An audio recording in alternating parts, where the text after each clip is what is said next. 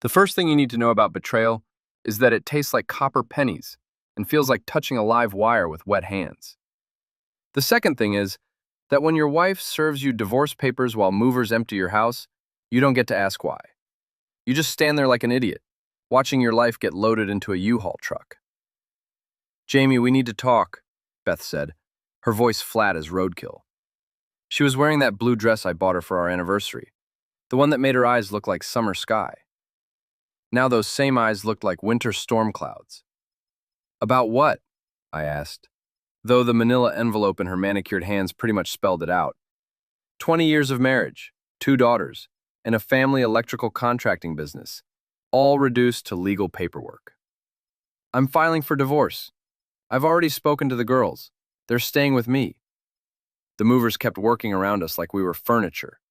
One guy actually asked me to move so he could grab the coffee table. Our coffee table. The one we bought when Beau was born. "Where exactly is with you?" I asked. She didn't answer right away. That's when I knew. That's when the copper penny taste got stronger. "I'm moving in with John." John, my brother, my business partner. The golden child who could charm paint off a barn and had been doing it since we were kids. I laughed. Actually laughed. "John? My John? The guy who can't keep a houseplant alive?" "Don't make this harder than it has to be, Jamie." "Harder? Lady, you just told me my wife is leaving me for my brother while strangers steal my couch. How exactly could this be harder?" She handed me the papers and walked away. Just like that. 20 years, gone. The movers finished loading the truck and I stood in my empty house, listening to the echo of my own breathing. That's when I called my sister Connie.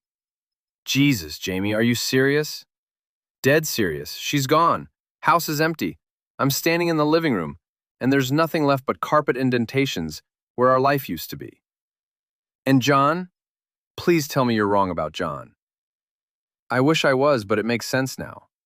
All those late meetings, all those times he offered to drive Beth to her book club, all those family dinners where they sat across from each other making eyes like teenagers." Connie was quiet for a long moment, then, "What are you going to do?" "I honestly don't know, but I'm pretty sure it's going to involve wire cutters."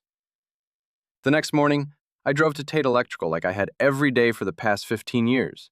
Same route, same coffee shop, same classic rock station playing the same songs that were old when I was young. The only difference was the taste of betrayal still coating my tongue, and the manila envelope sitting on my passenger seat like a dead animal. Tate Electrical occupied a converted warehouse on the industrial side of town. My grandfather started the company in 1952. My father expanded it, and John and I were supposed to carry it forward together. Family business. Builds character, they always said. I parked next to John's pristine BMW, the one he detailed every weekend like it was a show car. My pickup truck looked like exactly what it was.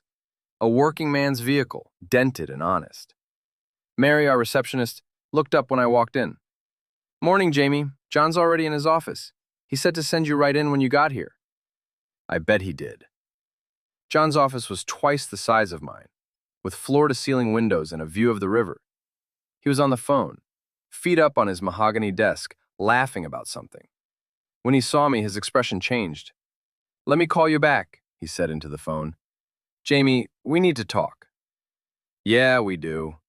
I closed the door behind me and threw the divorce papers on his desk. "Interesting reading material." He didn't even look at them. "Look, I know this is complicated." "Complicated? John, you're sleeping with my wife." "That's not complicated, that's simple. That's the simplest thing in the world." "It just happened, Jamie. We didn't plan it." "Bullshit.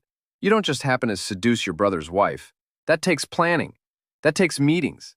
That takes looking me in the eye every day for months while you're screwing my family." He stood up, smoothing his tie, always worried about his appearance, even during family destruction. "Beth wasn't happy, Jamie. She hasn't been happy for years." "So you fixed that for her? How generous." "She needed someone who understood her, someone who could give her the life she deserved." I laughed, but there wasn't any humor in it. The life she deserved? John, she was married to an electrician, not a coal miner. We had a good life. You had a comfortable life. There's a difference. That's when I understood. This wasn't just about Beth. This was about everything. The business, the family, the whole dynamic we'd grown up with. John had always been the favorite, the one with the MBA and the smooth talk, and the ability to make clients feel like they were his best friends. I was the one who actually knew how to wire a building without burning it down. So what's the plan here, John? You get my wife, my house, and what? I just disappear? I want to buy you out of the business. There it was, the real reason. Beth was just the cherry on top of a very calculated sundae. Buy me out? With what money? I've been talking to some investors. We could restructure, bring in some capital, modernize our approach. You mean get rid of the dead weight? Get rid of the actual electrician so you can run this place like a consulting firm? That's not what I said. It's what you meant. I picked up the divorce papers and folded them carefully.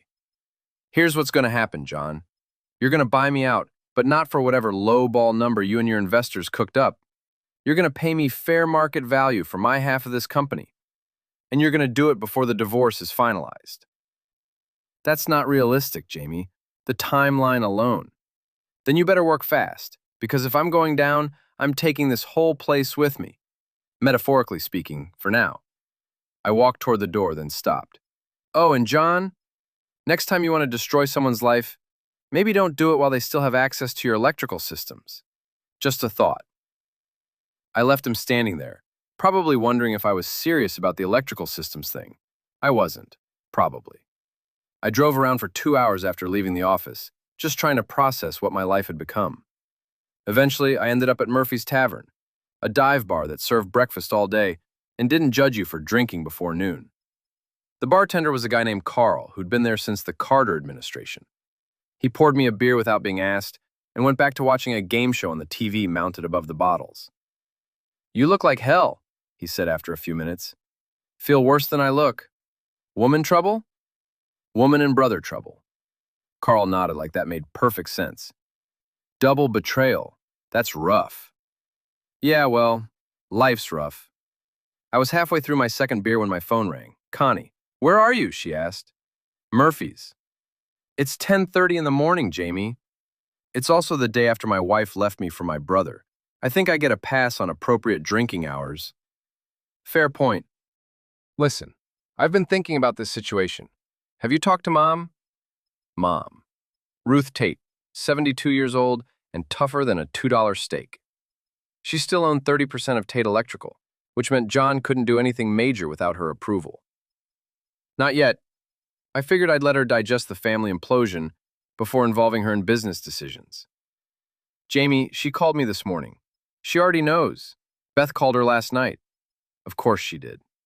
Beth always was good at controlling the narrative. What did she say? Mom? She said, and I quote, "That little tramp finally showed her true colors." Then she asked if you were okay and whether John had lost his damn mind. Sounds about right. She wants to see you. Today. She's at the house. I finished my beer and left money on the bar. Tell her I'll be there in an hour. Jamie, for what it's worth, I think you're handling this better than I would. I haven't started handling it yet, Connie. I'm still in the shock phase. But that wasn't entirely true. Sitting in that bar, thinking about John's smug face and Beth's cold dismissal, I could feel something changing inside me. The hurt was still there, but underneath it, something harder was taking shape. Something that tasted like copper wire and electricity. Mom lived in the same house where John and I grew up, a solid brick colonial with a workshop in the basement, where Dad taught us the basics of electrical work. She was waiting for me on the front porch, coffee cup in hand, looking like she was ready to take on the world. You look terrible, she said when I got out of the truck. So I've been told. She hugged me, which was more emotion than she usually showed. Mom wasn't the crying type, but she was the type who would help you hide a body if you needed it. Sit down, she said. Tell me everything. So I did. The divorce papers, the empty house, the conversation with John, all of it.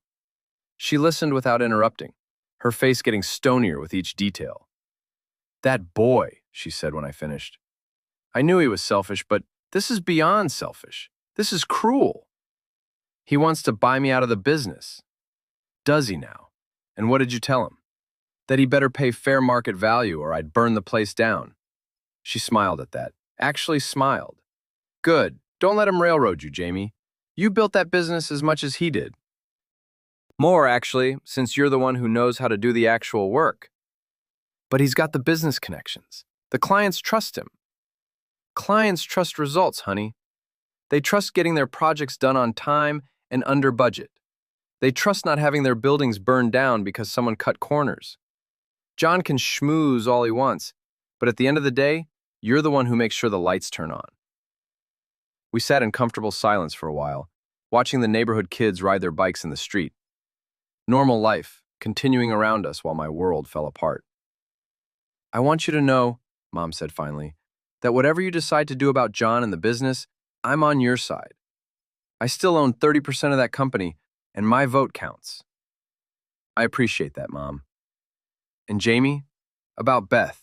I never liked her. That surprised me. You never said anything. Wasn't my place. But she always struck me as someone who was looking for something better to come along. I just never thought it would be John. Yeah, well, live and learn. The question is, what are you going to do about it? I thought about that for a long moment. What was I going to do? Roll over and accept that my brother and my wife had outmaneuvered me? Take whatever buyout they offered and disappear quietly?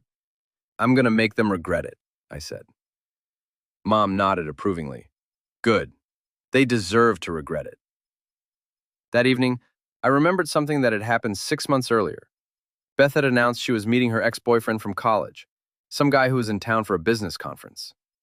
She'd selected an expensive bottle of wine from our collection, one we'd been saving for a special occasion.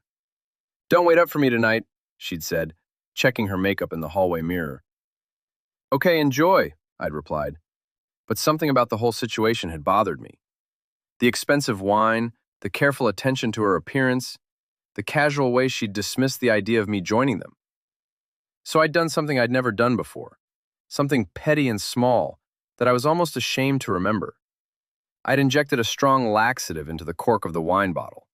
It was a stupid, juvenile thing to do. But I'd been feeling suspicious and hurt, and I wanted their evening to be ruined somehow. 12 hours later, Beth had returned home looking disheveled and embarrassed. She'd mumbled something about food poisoning and gone straight to bed. I'd never asked for details, but I'd known that their romantic reunion had been thoroughly derailed. At the time, I'd felt guilty about it. Now, thinking about it in the context of everything that had happened, I realized something important. Ruining their fun had been surprisingly easy and surprisingly satisfying. If I could ruin a date with a syringe and some laxatives, what could I do with real planning and motivation? The next few days passed in a blur of lawyers, phone calls, and awkward conversations with people who didn't know what to say about my situation. Word travels fast in our business community, and by the end of the week, everyone knew that Jamie Tate's wife had left him for his brother. The worst part was the sympathy. People kept looking at me like I was a kicked dog, offering condolences like someone had died. In a way, someone had. The version of myself that trusted people, that believed family meant something. I was in the office Friday afternoon, trying to concentrate on a bid for a shopping center renovation, when Mary knocked on my door. Jamie, there are some people here to see you. What people? Tom and Sandra Mitchell, and the Johnsons. They said it's about the Country Club project. The Country Club project. A massive rewiring job that John had been courting for months. Our biggest potential contract of the year. I walked out to the reception area to find 4 people I'd considered friends for years. Tom Mitchell and I had coached Little League together. Sandra and Beth had been in the same book club. The Johnsons lived 3 houses down from my old place. Hey guys, I said, what's going on? Tom looked uncomfortable. Jamie, we need to talk. About the Country Club job. Okay, let's go to the conference room. We sat around the polished table where John usually made his presentations. I could see him through the glass wall of his office, pretending to work while obviously listening to our conversation. This is awkward, Sandra said. But we've been talking, and with everything that's happening with you and Beth, and John, added Mrs. Johnson, we're concerned about the stability of your company, Tom finished. I stared at them. The stability of our company? It's just that this situation is so messy, Sandra continued. And the Country Club board is very conservative. They don't like drama. Drama, I repeated. We're not saying it's fair, Tom said quickly. But perception matters in business. And right now, the perception is that Tate Electrical is a family business with family problems. So, you're pulling the contract? We're recommending that the board consider other options, Mrs. Johnson said. It's nothing personal, Jamie. It's just business. Nothing personal, just business. The same thing people always said when they were screwing you over. I see, I said. And I suppose you've already talked to John about this? They exchanged glances. John understands our position, Tom said. Of course he did. John understood their position, and he'd probably encouraged it. Get rid of Jamie. Keep the business clean and simple. Well, I said, standing up, I appreciate you coming to tell me in person. That was very considerate. They filed out, avoiding eye contact, mumbling more apologies that didn't mean anything. I watched them get into their cars and drive away, probably feeling relieved that the awkward conversation was over. John appeared in my doorway. Jamie, I'm sorry about that. I tried to talk them out of it. I'm sure you did. Look, this is exactly why we need to make some changes around here. The personal stuff is affecting business. If you take the buyout, we can stabilize things, move forward. Get out of my office, John. Jamie, get out, now. He left and I sat alone, thinking about friendship and loyalty, and how quickly both could evaporate when things got complicated. These people had been to my house for barbecues. Their kids had played with my daughters. We'd shared holidays and birthdays and all the small moments that make up a community. But when push came to shove, they'd chosen sides. And they hadn't chosen mine. That's when I realized that feeling sorry for myself wasn't going to accomplish anything. John and Beth had made their move, and now my former friends were making theirs. If I wanted to survive this, I needed to stop reacting and start acting. I needed to stop being the victim and start being something else entirely. Saturday night, I drove to Flanagan's, a sports bar where a lot of the local contractors hung out. I wasn't looking for sympathy or advice. I was looking for information. I found Tom Mitchell at the bar, watching a basketball game and working on what looked like his fourth beer. Perfect. Tom, I said, sliding onto the stool next to him, fancy meeting you here. He looked uncomfortable, which was exactly what I was going for. Oh, hey, Jamie, how are you holding up? Can't complain. Well, I could, but what's the point? I ordered a beer and settled in like I planned to stay a while. So, tell me about this country club thing. When did you first start having concerns about our company's stability? Jamie, come on. Don't make this weird. Weird, Tom, we've known each other for 10 years. Our kids played on the same teams. I think I deserve a straight answer about why you're pulling a $250,000 contract because my wife decided to sleep with my brother. He took a long drink of his beer. It's not about Beth and John. Not entirely. What's it about then? Look, I'll level with you. The country club board was already nervous about giving such a big job to a local company. They wanted someone with more experience with large-scale projects. John convinced them that Tate Electrical could handle it. But then all this personal stuff happened, and they got spooked. So John sold them on our capabilities, and now he's using my personal life to undermine the deal. I don't think John is trying to sabotage anything, Jamie. I think he's trying to salvage what he can. By throwing me under the bus. Tom didn't answer, which was answer enough. I finished my beer and stood up. Thanks for the honesty, Tom. I appreciate it. Jamie, wait. For what it's worth, I think you're getting screwed in this whole situation. Then why didn't you stand up for me? He looked into his beer like it might have answers. Because I've got a family to think about, and a business. And sometimes you have to make choices that aren't fair, but are practical. I understand, I said. And I did.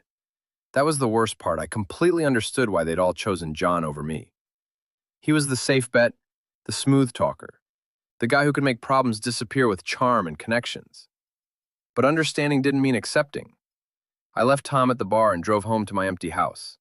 I'd moved back in after Beth left, but it felt like living in a museum of my former life. Everything was exactly as I'd left it, but nothing felt familiar.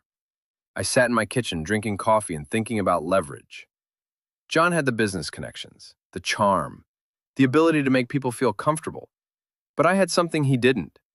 I knew where all the bodies were buried. 20 years in the electrical business, working on projects all over the city, I'd seen code violations that got overlooked for the right price. I'd seen inspectors who could be convinced to look the other way. I'd seen shortcuts taken and corners cut, and safety regulations bent until they almost broke. And I'd kept my mouth shut about all of it. Because that's what you do in a small business community. You don't rat out your competitors because today's competitor might be tomorrow's subcontractor. But things were different now. The rules had changed when John and Beth decided to destroy my life. If they wanted to play hardball, I could play hardball. I spent the rest of the weekend making a list. Every questionable job I could remember, every corner that had been cut, every time someone had looked the other way when they should have spoken up. It was a long list. By Sunday night, I had a plan. Monday morning, I called in sick to work and drove to the city building department. I'd done business there for years, pulling permits and scheduling inspections. I knew most of the staff by name. "Jamie Tate," said the clerk at the counter. "Haven't seen you in a while. What can I do for you?" "I need to file some safety complaints," I said, placing a thick folder on the counter. "Multiple properties, multiple violations." She opened the folder and whistled softly. "This is a lot of paperwork, Jamie." "Yeah, well, I've been keeping track of things for a while now. Figured it was time to be a good citizen." The complaints were all legitimate. Every violation I reported was real. Every safety concern was valid. The fact that most of them involved properties where John's friends and business associates were the contractors was just a coincidence. The building department would have to investigate every complaint. They'd have to send inspectors out to look at the work, interview the contractors, possibly issue fines, or require expensive remediation. It would tie up projects for months and cost people a lot of money. It would also send a message. Jamie Tate wasn't going quietly. From the building department, I drove to the offices of the local business journal. I'd placed ads there for years, and the editor knew me well enough to take a meeting. "Jamie, good to see you.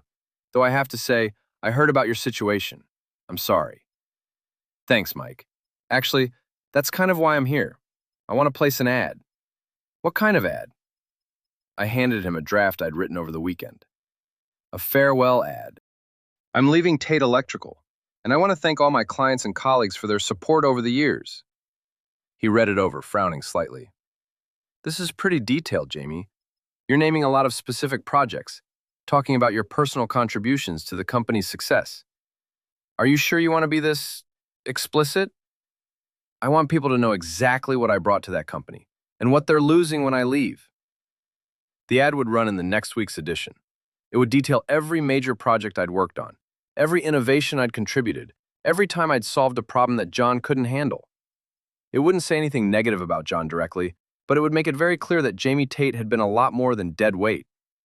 By Tuesday, John was furious. "What the hell are you trying to prove?" he demanded, storming into my office. "I'm not trying to prove anything. I'm just making sure people understand my value before I accept your buyout offer. You're sabotaging our business relationships. Half our subcontractors are dealing with building department investigations because of your little revenge tour." "I reported legitimate safety violations, John. If that's causing problems for our business relationships, maybe we should examine the quality of those relationships." "This is insane, Jamie. You're destroying everything Dad and Grandpa built." "No, John. You destroyed it when you decided to sleep with my wife and push me out of the company. I'm just making sure everyone understands the consequences of that decision." He left, slamming the door behind him. An hour later, I got a call from our lawyer, asking me to come in for a meeting about resolving this situation quickly and amicably. That afternoon, I sat across from John and two lawyers in a conference room that smelled like leather and expensive cologne. The buyout offer they presented was significantly higher than what John had originally proposed. "This is a generous offer, Jamie," the lawyer said. "It reflects your contributions to the company and provides for a smooth transition." I looked at the numbers. It was enough money to start over, maybe even start my own company. It was more than fair. It wasn't enough. "I need to think about it," I said. "Jamie," John said, "this offer won't stay on the table forever. I'm trying to be reasonable here, but you're making it very difficult." "Reasonable? John, you've been planning this takeover for months, maybe years. You seduced my wife, turned my friends against me, and tried to force me out of the business for a fraction of what it's worth. Now you want to talk about reasonable? I never meant for it to happen this way." "But you're not sorry it did." He didn't answer. which was all the answer I needed. I left the meeting without signing anything. That evening, I got a call from Beth. "Jamie, we need to talk." "Do we?" "John told me about the building department complaints. And the newspaper ad. You're being vindictive." "I'm being thorough." "This isn't like you." "Maybe you never knew what I was like, Beth. Maybe that was part of the problem." She was quiet for a moment. "The girls want to see you." That stopped me.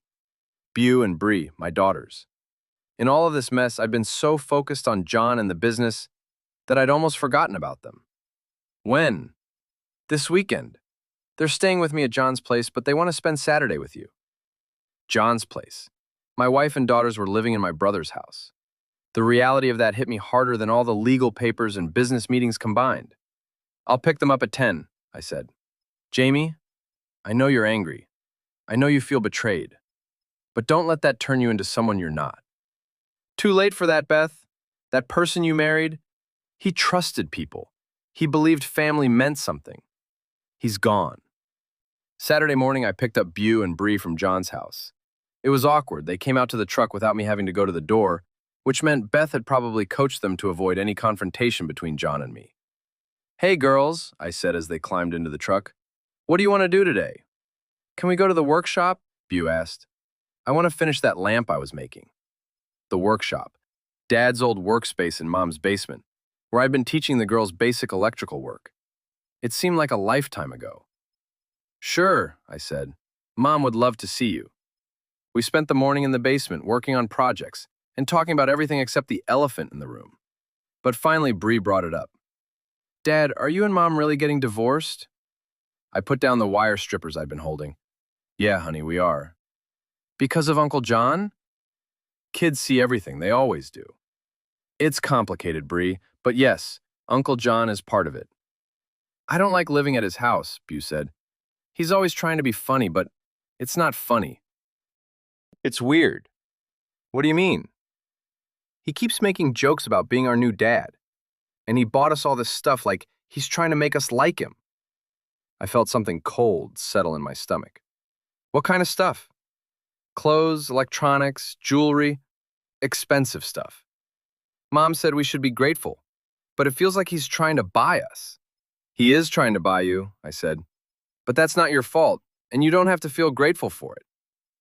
We worked in silence for a while. Then Beau said, "Dad, are you going to be okay?" That was the question I'd been avoiding. Was I going to be okay? A month ago, I would have said yes. I would have believed that good people get rewarded and bad people get punished. That hard work and loyalty matter. That family is forever. Now I knew better. "I'm going to be fine," I told her. "Different, maybe, but fine." "Are you going to keep working at the company?" "Probably not. Uncle John and I have some disagreements about how things should be run." "Because he stole Mom?" Out of the mouths of babes. "Because he made choices that hurt our family. And now we all have to live with the consequences of those choices." That afternoon, I took the girls to lunch and then to a movie. Normal dad stuff, except nothing felt normal anymore. When I dropped them off at John's house, they both hugged me tighter than usual. "I love you, Dad," Bree said. "I love you too, sweetheart. Both of you." I watched them walk up to the front door of what used to be just my brother's house, and was now their home. John appeared in the doorway, said something to them that made them laugh, and ushered them inside without acknowledging me. That night, I made a decision. The buyout offer was sitting on my kitchen table, along with all the legal documents that would officially end my marriage and my partnership with John. I could sign them, take the money, and start over somewhere else. It would be the smart thing to do, the mature thing to do. Instead, I called my lawyer and told him I was rejecting the offer. "Jamie, I have to advise you that this might be the best deal you're going to get." "Maybe, but it's not the deal I want." "What do you want?" I thought about that question for a long time. What did I want? I wanted my wife back, but that wasn't going to happen. I wanted my brother to be the person I thought he was, but that wasn't going to happen either. I wanted my friends to stand by me, but they'd already chosen sides. What I wanted was for John and Beth to understand that actions have consequences. I wanted them to pay a price for what they'd done. I wanted them to regret their choices as much as I regretted trusting them. "I want justice," I told the lawyer. Justice isn't always achievable through legal means, Jamie. Then I'll have to find other means. Monday morning, I went to the office early and cleaned out my desk. 20 years of work, reduced to a couple of boxes of personal items. When John arrived, I was waiting in his office. "We need to talk," I said. "If this is about the buyout, it's not. It's about the future. Your future, specifically." I placed a folder on his desk. "These are copies of every questionable decision you've made over the past 5 years. Every corner you've cut, every regulation you've bent, every time you've prioritized profit over safety." He opened the folder and paled. "Where did you get these?" "I've been keeping records, John. Call it an insurance policy." "This is blackmail. This is documentation. The question is what I do with it." "What do you want?" "I want you to understand something. You think you've won because you got Beth and you're getting the company, but you've made an enemy, John, and I'm not the same person I was a month ago." I stood up and walked toward the door. "Oh, and John, you might want to check the wiring in your house. Old places like that, sometimes the electrical systems develop problems, especially if they haven't been properly maintained." "Are you threatening me?" "I'm giving you advice, as your brother and as an electrician. Sometimes when you overload a system, it shorts out. Sometimes the damage is irreparable." I left him sitting there, staring at the folder, probably wondering how serious I was about the electrical problems comment. The truth was, I hadn't done anything to his house. Yet. But the fact that he believed I might have told me everything I needed to know about his state of mind. John was scared. And scared people make mistakes. I was counting on it. The next few weeks were a strange kind of war. John tried to freeze me out of company operations, but I still had my key and my access codes.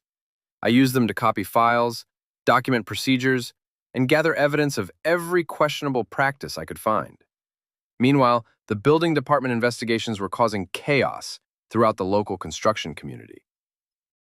Projects were being shut down, permits were being revoked, and contractors were scrambling to fix violations that should have been addressed years ago. The Business Journal ad had also had an impact. Clients were calling asking questions about my departure and what it meant for their projects. Some were expressing concern about the company's ability to handle complex electrical work without me. John was hemorrhaging business and credibility, and he knew it. "This has to stop," he said, cornering me in the parking lot after work one evening. "What has to stop?" "You know what. The complaints, the sabotage, the whole campaign you're running against me." "I'm not running a campaign against you, John. I'm just making sure people understand the true situation. The true situation is that you're a bitter ex-husband who can't accept that his wife found someone better." That stung, because part of it was probably true, but it wasn't the whole truth. "The true situation," I said, "is that you're a mediocre businessman who's been coasting on family connections and other people's work for years. Without me to cover for your mistakes, people are starting to figure that out. I built this company as much as you did. You sold this company. There's a difference. I built it. You took credit for it." He stepped closer, and for a moment I thought he might actually take a swing at me. Instead, he said, "Beth was right about you. You're small-minded and petty. You never understood what she needed. What she needed was a husband, not a sugar daddy. But I guess that's not what you were offering. She's happy now, happier than she ever was with you." "Is she? Because from what I hear, she's having some regrets." That wasn't true, but I could see it hit home. John's jaw tightened. "Stay away from Beth. Beth can take care of herself. She's proven that." I got in my truck and drove away, leaving him standing in the parking lot. But the conversation had given me an idea. If John was worried about Beth having second thoughts, maybe there was a way to exploit that worry. That weekend, I ran into Beth at the grocery store. It wasn't an accident. I'd been tracking her routine, learning her patterns. I knew she shopped Saturday mornings at the upscale market downtown. "Jamie," she said when she saw me, "how are you?" "I'm good. You look tired." She did look tired. There were dark circles under her eyes, and she'd lost weight. Living with John was apparently more stressful than she'd expected. "It's been a difficult adjustment," she admitted. "I bet. John's not the easiest person to live with. All that ego, all that need to be the center of attention." He's been very good to me, and to the girls, by buying them things. Yeah, Beau told me about that. It's sweet, in a desperate kind of way. She bristled. There's nothing desperate about it. He cares about them. I'm sure he does. The same way he cared about you when you were married to me. John's always been good at wanting things that belong to other people. I wasn't a thing that belonged to you, Jamie. No, but you were a person who made a commitment to me. There's a difference. We stood there in the produce section, surrounded by normal people, doing normal shopping, having one of the most important conversations of our lives. I didn't plan for this to happen, she said finally. But you're not sorry it did. I don't know. Sometimes I think it's complicated. It's not complicated, Beth. You made a choice. John made a choice. Now you both get to live with the consequences. What's that supposed to mean? It means that actions have consequences, and some consequences take time to develop. I left her standing there, probably wondering what I'd meant by that. The truth was, I wasn't entirely sure myself, but I was starting to understand something important. The best revenge isn't always the most obvious revenge. Sometimes the best revenge is simply letting people live with their choices long enough to regret them. By the end of the month, John was desperate enough to make another buyout offer. This one was even higher than the last, with additional guarantees and concessions that would have been unthinkable a few weeks earlier. This is it, Jamie, he said when we met at the lawyer's office. This is my final offer. It's a good offer, I admitted.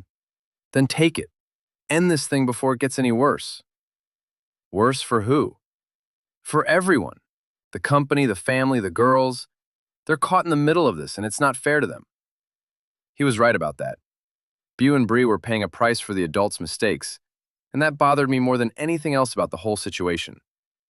But I wasn't ready to give up. Not yet. I need more time to think about it. How much time? A week. John looked like he wanted to argue, but his lawyer advised him to agree. 1 week, Jamie. Then we need a decision. That night I called Connie and asked her to meet me for dinner. We went to a quiet restaurant outside of town, where we could talk without running into anyone we knew. You look like hell, she said when she saw me. Everyone keeps telling me that. Because it's true. Jamie, what are you trying to accomplish here? I'm trying to make sure John and Beth understand that they can't just destroy people's lives without consequences. And what consequences have you accomplished so far? I thought about that. John was stressed and losing business. Beth seemed to be having second thoughts. The whole situation was messy and public and embarrassing for everyone involved. I've made them uncomfortable. Is that enough? No. Then what would be enough? That was the question I've been avoiding. What would be enough? What would constitute adequate revenge for 20 years of marriage and 15 years of partnership being destroyed by the two people I'd trusted most? I want them to lose something they care about as much as I cared about my marriage and my partnership. And what do they care about that much?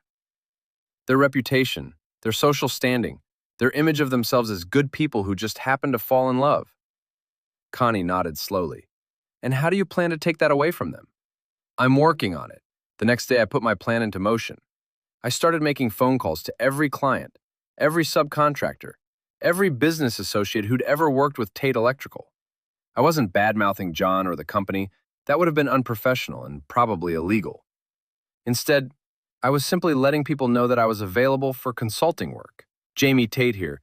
I'm sure you've heard that I'm leaving Tate Electrical. I wanted to let you know that I'm starting my own consulting business, specializing in complex electrical systems and code compliance. The response was immediate and overwhelming. Within 3 days, I had more work than I could handle. Clients who'd been nervous about Tate Electrical's ability to function without me were eager to maintain a relationship with me directly. By the end of the week, John was panicking. You can't do this, he said, bursting into my temporary office, a rented space in a strip mall that I'd set up in 2 days. Do what? Steal our clients. I'm not stealing anyone, John. I'm offering my services to people who want them. If they prefer to work with me instead of Tate Electrical, that's their choice. This is unethical. You're using inside information to compete against your own company. My own company? I thought you were buying me out. I thought I was dead weight that was holding you back. You know what I meant. I know exactly what you meant. You meant that you wanted all the benefits of my work without having to share credit or profits with me. But business doesn't work that way, John. Relationships don't work that way. What do you want? Name your price. I want you to understand what you've lost. I want you to realize that when you destroyed my marriage, you also destroyed the partnership that made this company successful. I want you to lie awake at night wondering if it was worth it. And Beth? What do you want from her? I want her to be happy with her choice. I want her to enjoy living with a man who's willing to betray his own brother for personal gain. I want her to sleep well knowing that she's married to someone who puts his own desires above everything else. John stared at me for a long moment. You've changed, Jamie. You used to be a decent guy. I used to be a trusting guy. There's a difference. He left without another word. That afternoon, I got a call from Beth. We need to talk, she said. Do we? Meet me at Murphy's Tavern, 1 hour.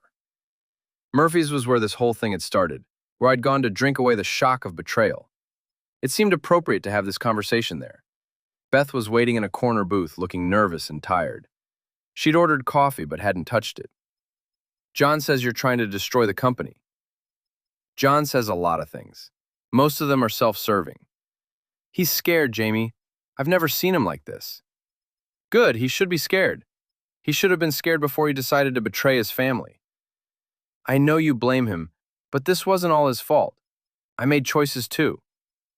Yes, you did, and now you get to live with them.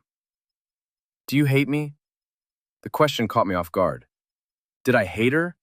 I'd been so focused on anger and revenge that I hadn't really examined what I felt for the woman I'd been married to for 20 years. No, I said finally. I don't hate you, but I don't love you anymore either, and I don't trust you. And without love and trust, there's not much left. The girls miss you. I miss them too, but they're not pawns in this game, Beth. Whatever happens between us, they're off limits. I know, I want you to know that I never wanted to hurt you. But you did hurt me, and you're not sorry enough to undo it. She was quiet for a long moment. No, I'm not. Then we don't have anything else to talk about. I left her sitting there and walked out into the afternoon sunlight. For the first time in weeks, I felt something like peace. Not happiness, not satisfaction, but a kind of clarity about what needed to happen next. John and Beth had made their choices. Now it was time for the consequences to play out fully. The final phase of my plan was about to begin. The annual Chamber of Commerce dinner was the biggest social event in our business community. Everyone who was anyone attended. Contractors, suppliers, city officials, bank presidents. It was where deals were made, relationships were cemented, and reputations were built or destroyed.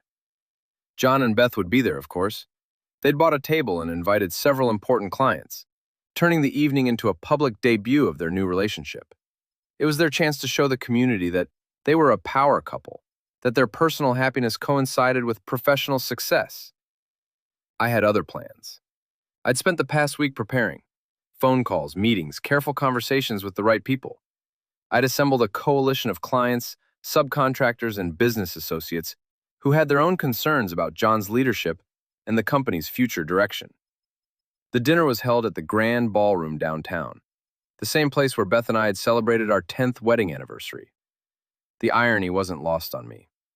I arrived early and worked the room, greeting old friends and business associates. People seemed genuinely glad to see me, and several mentioned that they'd heard good things about my new consulting business.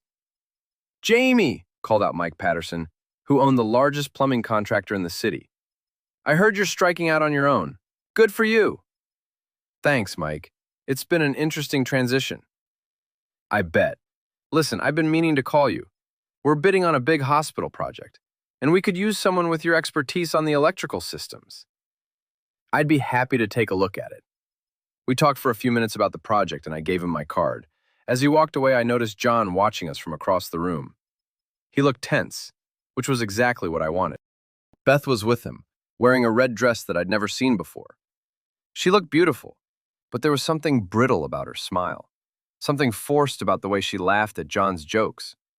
During the cocktail hour, I made sure to speak with several of John's key clients. Not to badmouth him or the company, but simply to be visible, to remind them that Jamie Tate was still around and still available. "How's the new business going, Jamie?" asked Carol Henderson, who managed facilities for the largest office complex in the city. "Very well, thanks. I'm enjoying the flexibility of being able to focus on exactly the kind of projects I'm most passionate about." "That's great. You know, we've been having some issues with the electrical system in Building C. Maybe you could take a look at it." "I'd be happy to. Give me a call next week."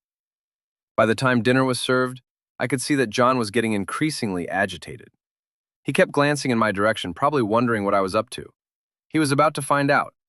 During the main course, I excused myself from my table and walked to the podium at the front of the room. The evening's program hadn't started yet, but I'd arranged with the chamber president to make a brief announcement. "Ladies and gentlemen," I said into the microphone, "if I could have your attention for just a moment." The room gradually quieted down. I could see John half rising from his chair, probably wondering if he should try to stop me. Many of you know that I've recently left Tate Electrical to start my own consulting business. I wanted to take this opportunity to thank everyone who's supported me over the years and to share some thoughts about the future of our industry. I paused, looking out at the crowd. Beth was staring at me with a mixture of fear and fascination. John looked like he was about to have a heart attack. "The electrical contracting business is built on relationships," I continued. "Trust between partners, loyalty between colleagues, integrity in our dealings with clients. When those foundations are solid, we can accomplish amazing things together." Another pause. The room was completely quiet now. But when those foundations are compromised, when trust is broken and loyalty is abandoned, the consequences can be devastating, not just for the individuals involved, but for entire organizations and communities. I could see people starting to understand that this wasn't just a generic speech about business ethics. This was personal. Over the past few months, I've learned some difficult lessons about trust and betrayal, about the difference between the people we think we know and the people they actually are, about the price of putting personal desires above professional responsibilities. John was standing now, making his way toward the podium, but he was too far away and I wasn't finished. "I want to leave you with this thought. In our business, we work with dangerous forces. Electricity can power a city or burn down a building, depending on how it's controlled. The same is true of human ambition and desire. When they're properly channeled, they can create wonderful things. When they're not," I shrugged, letting the implication hang in the air. "Thank you for your attention, and thank you for 20 years of friendship and partnership. I look forward to the next 20 years. I stepped away from the podium to scattered applause. John had stopped halfway to the front of the room, probably realizing that trying to confront me publicly would only make things worse. But the damage was done. Everyone in the room understood what I'd been talking about. The story of John and Beth's affair and its impact on the family business was now officially public knowledge. I walked calmly back to my table, where my dinner companions were staring at me with a mixture of admiration and shock. "Well," said Mike Patterson, "that was interesting." "Sometimes you have to clear the air," I replied. For the rest of the evening, I was the center of attention. People kept coming over to my table to chat, to offer support, to subtly indicate that they understood what had happened and sympathized with my position. Meanwhile, John and Beth's table became increasingly isolated. Their guests looked uncomfortable, their conversation became stilted, and several people who had planned to stop by to pay their respects seemed to change their minds. By the end of the evening, it was clear that the social dynamics in our business community had shifted dramatically. John and Beth had gotten their public debut as a couple, but not the one they'd hoped for. As people were leaving, I found myself face to face with Beth in the lobby. "That was cruel," she said. "That was honest. You humiliated us in front of everyone we know." "I told the truth in front of everyone you know. If that was humiliating, maybe you should think about why. What do you want from us, Jamie? What will it take to end this?" I looked at her for a long moment. This woman I'd been married to for 20 years, who had shared my bed and my dreams and my plans for the future.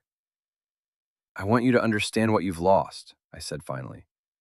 "I want you to realize that when you chose John over me, you didn't just end our marriage. You ended the life we could have had together.